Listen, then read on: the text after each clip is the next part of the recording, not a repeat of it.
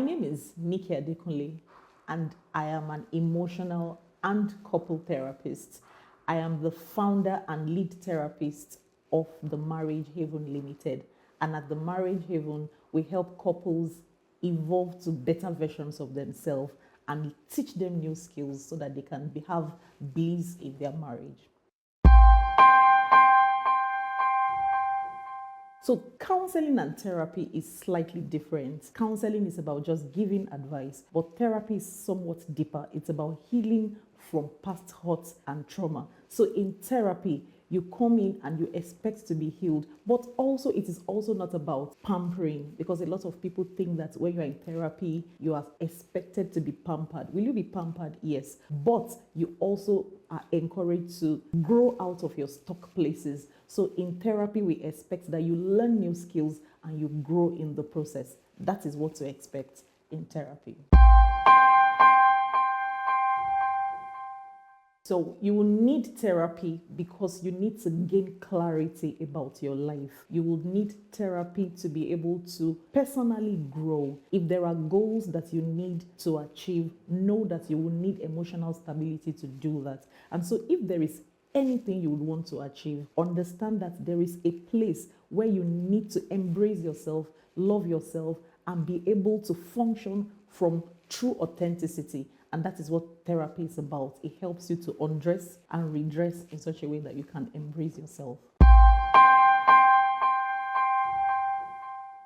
It is true that a lot of people have become self-acclaimed therapists and counselors these days. But the truth is, if you really want to do this and do this well, you can't afford to counsel people from the myopic lens of culture, religion, or your own personal experiences. There are so many people that bleed on other people. There is a level of training that you should have gotten. There is a level of expertise that you should have developed to be able to help people well. And whether we like it or not, I need to own up to it. There are influences that determine how a counselor or a therapist would attend to you. Definitely, because we are human, our values and what we stand for will always influence what we do. And so I can't shy away from the fact that I am Christian and it influences what I do. But aside that, I also make sure that I am practicing with global best practice. So it's not just what is obtainable in one part of the world alone, but something that is world best practice. That is how I operate. And you can be at rest that you are in good hands.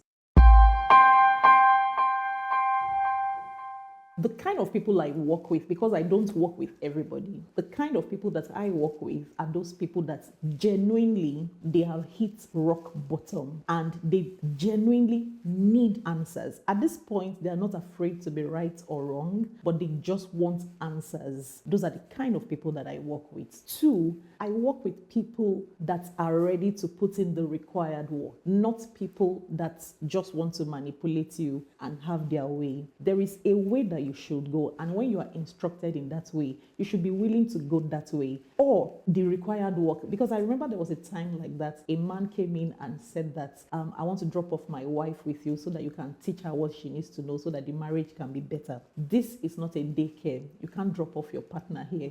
You need to be here. The two of you need to be present to be able to put in the work required to get the desire that you want. Then thirdly, I work with people that don't see investing in their relationship and marriages or in their own emotional well-being as a scam. You are willing to pay for it. You are willing to invest in the kind of results that you desire. Those are the kind of people that I work with. The kind of people that I don't work with are those people that want to control and dominate the process. I am a professional and I will tell you how you would work, how you will roll. It is my call, it is not yours, and you should be willing to submit to the process. I also don't work with individuals that need quick fixes, because you didn't get into that mess in a day and you can't get out of it in a day. And so people that are willing to submit to the process are the people that I work with. And if you're not willing to submit to the process of growth, then we might not be able to work together. In your relationship and in your marriage, the best time to seek advice is the moment you notice a crack, douse it immediately. Don't wait for things to degenerate first, because some people wait until things are so bad. In fact, some people are sent to us from the law courts, from the divorce courts, and at that time the heart is hard and resentment has built, which makes it a bit more difficult. So come immediately you notice that there's a problem. There are some people that jokingly say that let us wait until the problem is very bad so that we can justify whatever amount that we are paying. You are not doing yourself any good if you wait until that point. Immediately begin to seek help. To start seeing results, I would say that if you are a trained therapist or a counselor, you would see results immediately. And what I mean by immediately is that sometimes some people are on the phone conversing with you and telling you about their problems. And if you are trained, there is a way that you can douse their attention immediately, and the problem to them looks surmountable. And that is the work of a trained counselor or therapist. The moment you're speaking to someone, they already believe that we can solve this problem. But that does not mean that you will get lasting results, because that's another problem. A lot of people just say after that, okay, now that we feel better, because definitely you'll feel better speaking to a counselor or therapist, even at that stage of making inquiries, you will feel better. But it doesn't mean that you have the required skills that will give you lasting results. Because if you want to have lasting results, then you have to go through a process of unlearning and relearning new things that will now establish you on that path. You get the difference now? The goal of therapy is to be able to undress you till the point that you are able to see where your faults lie, and then you are able to embrace yourself on a new journey of growth and healing. So in the process of therapy, you grow and you heal. And so the process involved requires that there is a time that the bad side of you is being exposed to you. You are told a lot of things that are wrong with you. At that point, you have hit rock bottom. And so at that time, if you have been given a lot, especially when it comes to couple therapy, the problem has been brought to the surface and you stop at that point. Imagine what that can do to a marriage. It means that you have been given weapons to use against each other. Before, when you quarrel, you don't have a name to call each other. But now you can easily say that this person is a narcissist, this person is this. You use the information that at your disposal as a weapon to fight each other. And so if you don't complete the process of unearthing the problem gives you weapon to either destroy yourself if you are doing individual therapy, or to destroy your relationship if you are in a couple therapy. And so you need to complete the process, because it is at the end of the process, the bad comes before the good. It is at the end of the process that you now begin to learn how to embrace each other and be taught new skills that can make you into better persons. So you need to always know that it is a journey that I need to start and finish. And so because of that, I don't entertain people that wants to come in once in a while. No, there is a program that we have that you must enroll and complete if you want to be a part of what we do.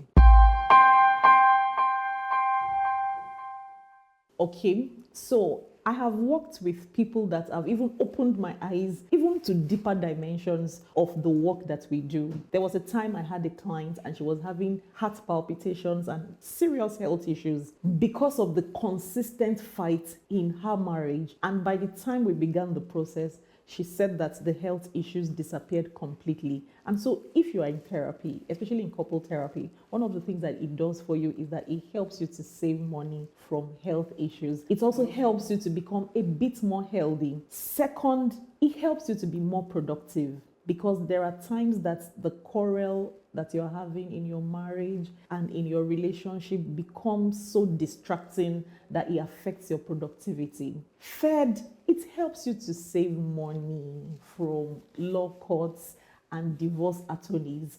One of my clients told me some time ago that, do you know what? Coming here is way cheaper than engaging an attorney and all the divorce proceedings and settlements. It's just way cheaper. So think about it. Sometimes we are penny wise and pound foolish. Sometimes we are kobo wise and naira foolish. So sometimes it is better to invest in those things that work better. Instead of abandoning your relationship and thinking that it can't work, why not seek help, which is better for you? I know it is a thing to consider that when I speak to you about my deepest needs and my intimate parts, that it is kept safe. And I understand that worry, and it happens to the best of us, that we're wondering, am I sure that she's not going to use this information to go and sell it to the blogs, especially people that are high and mighty? I've worked with a few people that have an image to protect, and sometimes they don't even want to be seen with me, and I have to go to their homes to do what I do. But trust me, you are dealing with a professional. We have a confidentiality agreement that we sign with our clients, and you are sure that your information is safe with us. So if your information goes out, it's something, and you can trace it to the fact that we are the ones that leaked your information, definitely you can take us to court and get redress. But trust me, you are dealing with professionals who understand confidentiality.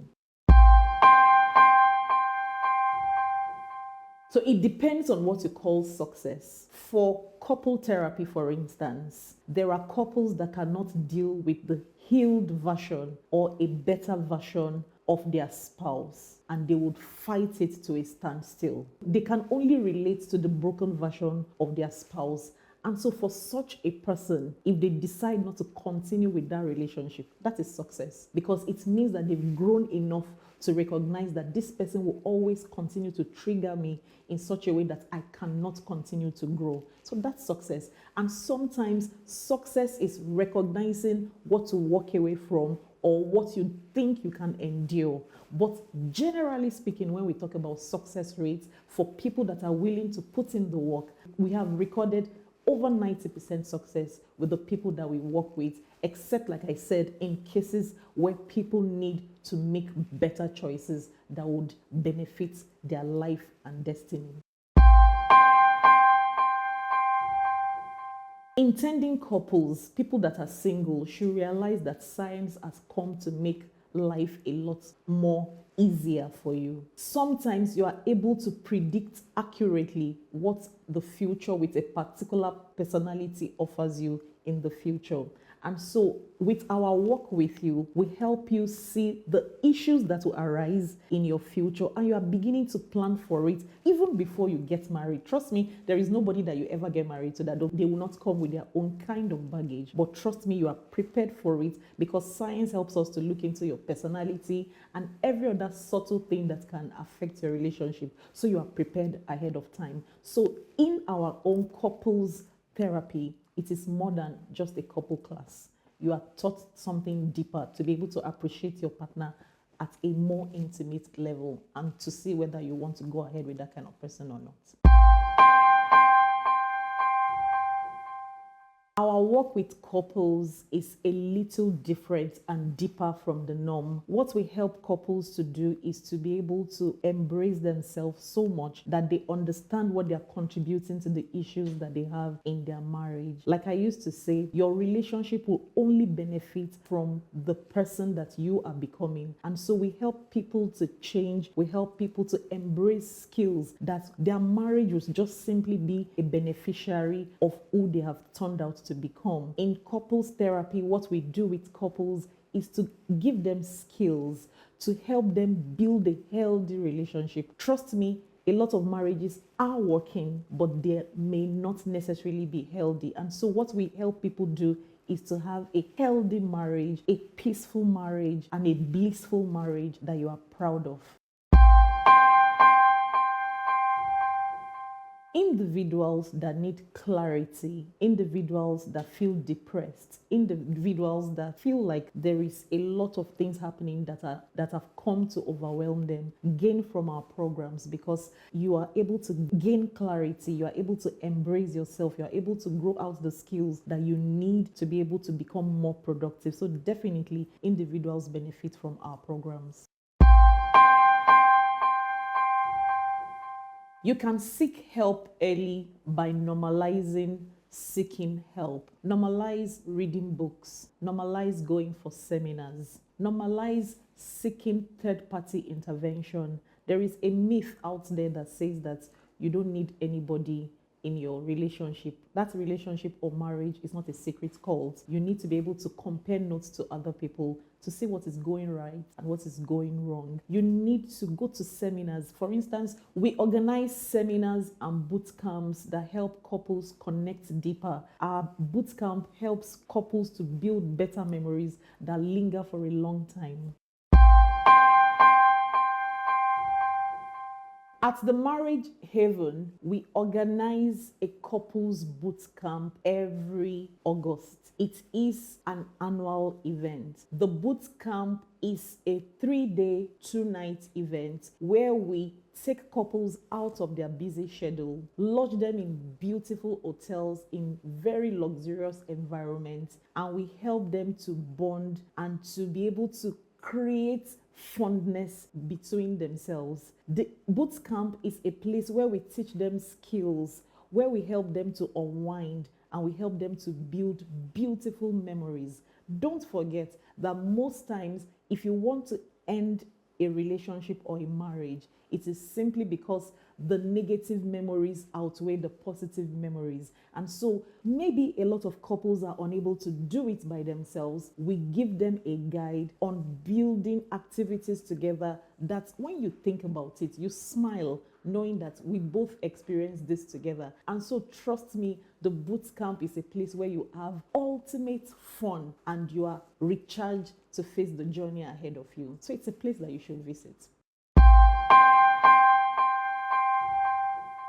Some of the sad issues that I have seen working with people is the fact that sometimes when you are, especially during couple therapy, when you're working with people and the bully in the relationship is beginning to feel exposed, because like I said, therapy is a bit deeper than just counseling. You are undressing people before their spouse. Their mistakes are beginning to come to the surface. And when the bully notices that I am getting exposed, and the bully would rather want to keep the prey or the spouse as the prey, they try to manipulate me.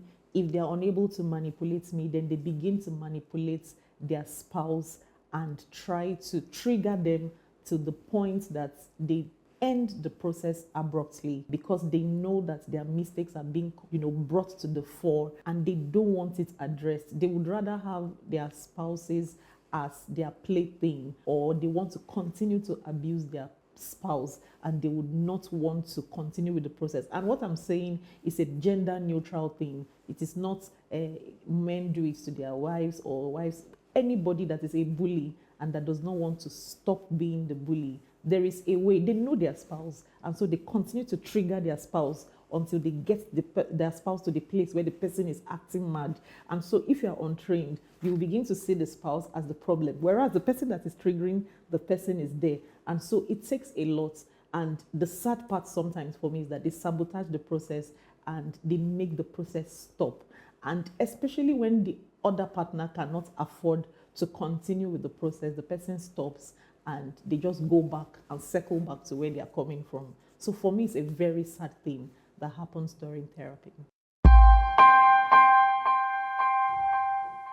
I think a lot of people are afraid of seeking help early because they believe that people around them will judge them and they would say that their problems are more than others. That's why they're in therapy. They actually think that seeking help means that you have a lot of problems that you cannot solve and you must be going through a lot. But that's not the truth. I think that there's a paradigm shift that we are supposed to have. People that seek help are the people that are wise.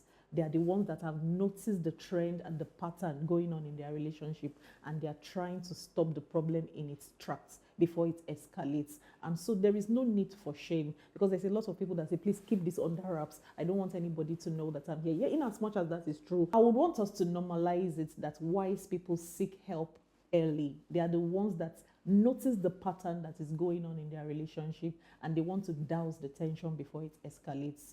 Those are the wise people. So let your paradigm shift.